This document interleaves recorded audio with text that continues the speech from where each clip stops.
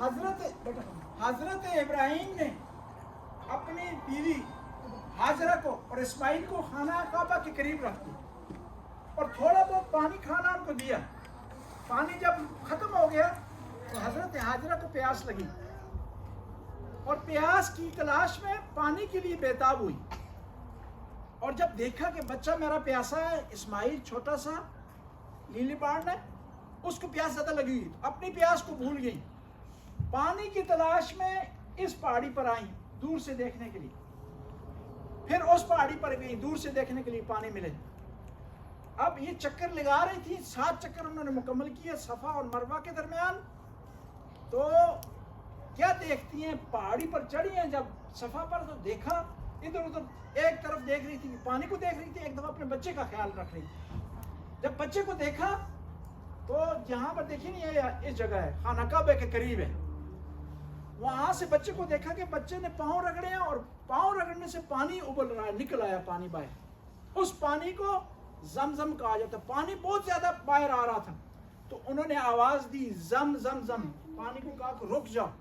اس لیے اس پانی کا نام ہے آب زم، آب زمزم.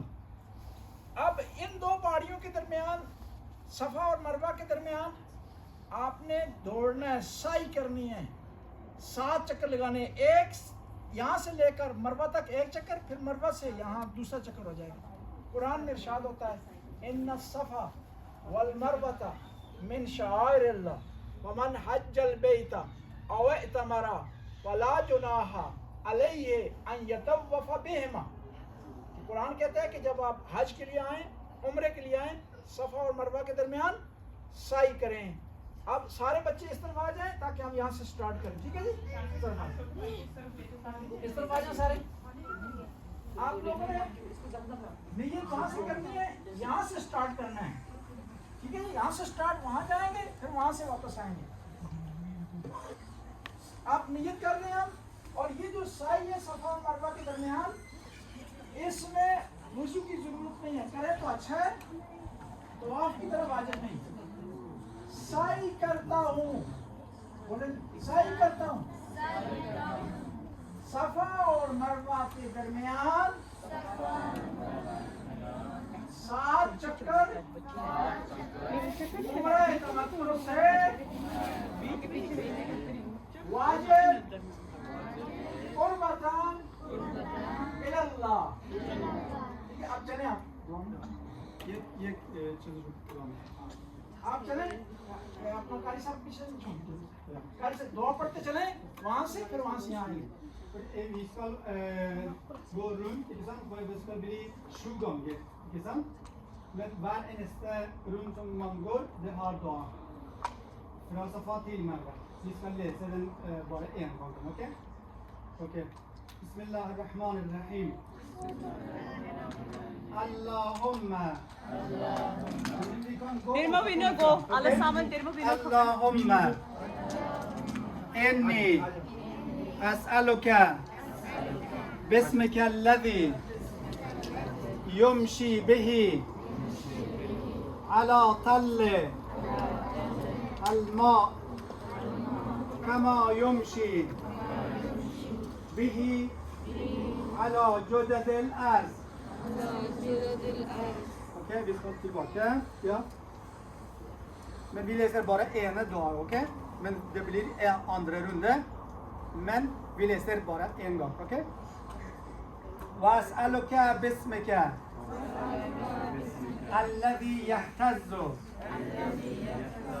له عرشك وأسألك باسمك الذي دعاك به موسى من جانب الطور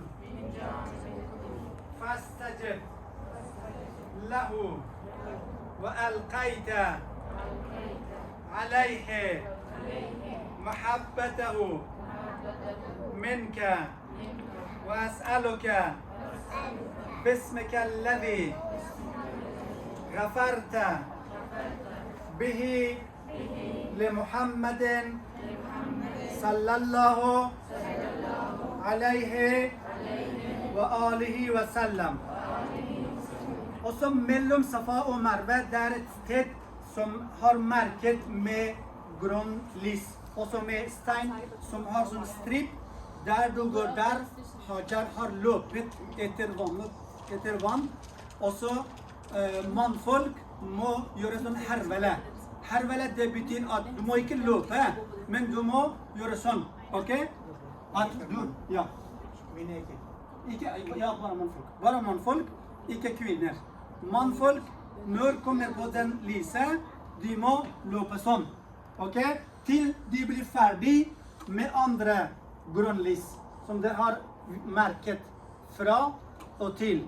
Der du løper. Egentlig, det er Allah subhanahu wa ta'ala satt pris til det Hajar har gjort.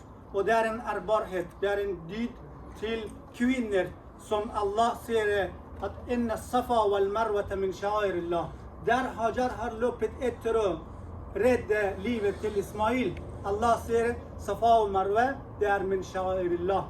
Også graven til Hajar alaihi salam, som er ved Kaaba. Alle folk som går rundt Kaaba, hvis de går gjennom maqam Hijr Ismail, da de har ødelagt. De må gå rundt begraven til Hajar også. Det er et maqam til mor og til Hajar alaihi salam, som har gjort noe til Allah sin vei. Derfor vi må løpe den tiden og så gå gjennom Safa og Marwa 7 ganger. Da, når vi er ferdig med den 7. gangen, da går vi til et sted til slutten, til Marwa, og så høyre side, det er plass som man må gjøre sånn qasr.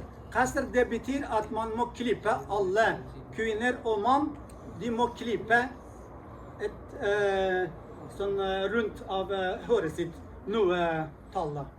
Det skal vi gjøre på dere også. Ja. Ok, barna, dere skal gjøre noe.